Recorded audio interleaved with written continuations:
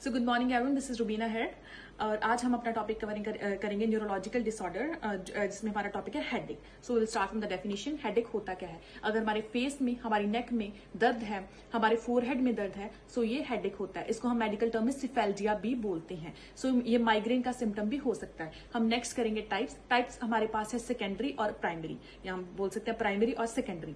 So primary हमारे पास क्या होता है? अगर हमारे पास कोई भी मतलब स्ट्रेस की वजह से कोई मतलब कोई क्रॉनिक इलनेस नहीं है, कोई लॉन्ग टर्म दर्द नहीं है, जस्ट नॉर्मली रेगुलर रूटीन में हमारे पास स्ट्रेस की वजह से दर्द है, that is called primary headache. Secondary क्या होता है? लॉन्ग टर्म दर्द है सेकेंडरी में, कोई क्रॉनिक इलनेस है उसकी वजह से दर्द हो रहा है, so that is called secondary headache. Next हम करेंगे कॉजेज क्या हो सकते हैं? सिंपल नॉर्मली हम सबको पता है हेडेक के कॉज कर सकते हैं। The first one is stress की वजह से सबको दर्द होता है सर में।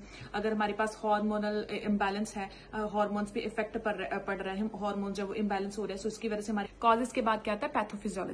पैथोफिजियोलॉजी में क्या था? ड्यू टू इटियोलॉजिकल फैक्टर्स वही है हमारे पास कॉजेटिव फैक्टर्स, जैसे स्ट्रेस हो गया, हार्मोनल इम्बैलेंस है, क्रॉनिक इलनेस है, उसकी वजह से हमारी ब्लड सप्लाई जो वो रिड्यूस हो रही है बॉडी में, उसकी वजह से जो है वो हमारे ऑक्सीजन सप्लाई जो है ब्रेन को वो नहीं पहुंच रही, उसकी वजह से हमारे जो सर में वो दर्द होता है। So the next one is sine and symptom सबको पता है, ब्लड विजन हो सकता है, जैसे कोई भी मतलब सीवियर कोई कॉज हो, या नंबनेस हो सकती है हमारी बॉडी में। सो ये सब आते हैं साइन एंड सिम्टम में। So the next one is management में हमारे पास 3 आती हैं, medical management, nursing management and surgical management. Medical management में 2 आती हैं, pharmacological and non pharmacological. Pharmacological वो होती है जिसमें हम ड्रग यूज करते हैं, जैसे एनाल्जेसिक्स पेशेंट को दे रहे हैं क्योंकि उसके सर दर्द है, जैसे एंटी डिप्रेशन पेशेंट को दे रहे हैं उसके।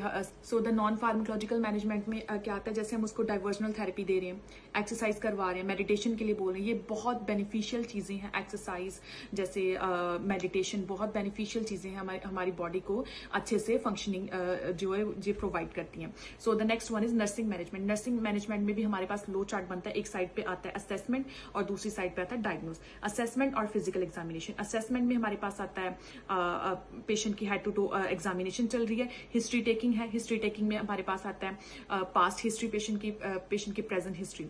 डायग्नोस्टिक डायग्नोस हमने बना लिया, activity intolerance related to severe pain in the neck और फेस। नेक्स्ट हमारे पास गोल क्या रहेगा हमारा? कि हमने पेशेंट की पेन को जो वो रिड्यूस करना है। कैसे करना है? नेक्स्ट आएगा इम्प्लीमेंटेशन। कैसे करना है? Assess the general condition of the patient के जनरल कंडीशन को असेस कीजिए, उसको डाइवर्जनल थेरेपी प्रोवाइड कीजिए, उसको एनाल्जेसिक्स दीजिए, उसको जो है वो मेडिटेशन के लिए बोलिए, एक्सरसाइज के लिए बोलिए, ठीक है। ये हमारी चीजें आ जाती है इम्प्लीमेंटेशन में। So the last one is surgical management if needed. अगर हमारे पास कोई इलनेस है, क्रॉनिक इलनेस है, तो